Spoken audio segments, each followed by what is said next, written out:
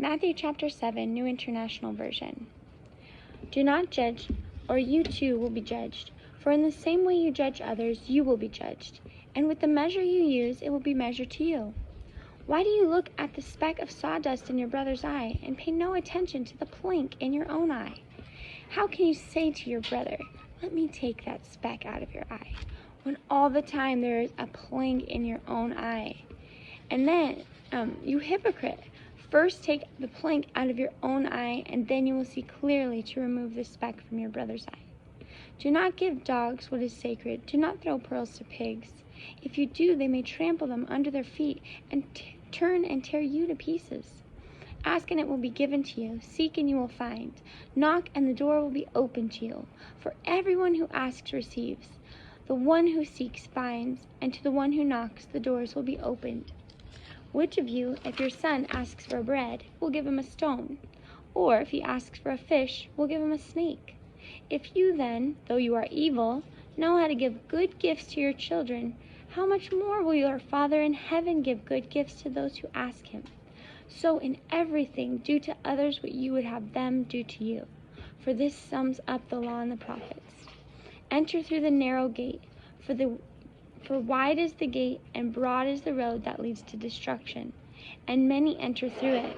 But small is the gate and narrow the road that leads to life, and only a few find it.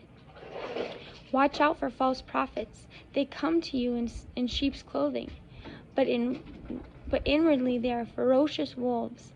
By their fruit you will recognize them. Do people pick grapes from thorn bushes, or figs from thistles? Likewise, every good tree bears fruit, but a bad tree bears bad fruit. A good tree cannot bear bad fruit, and a bad tree cannot bear good fruit.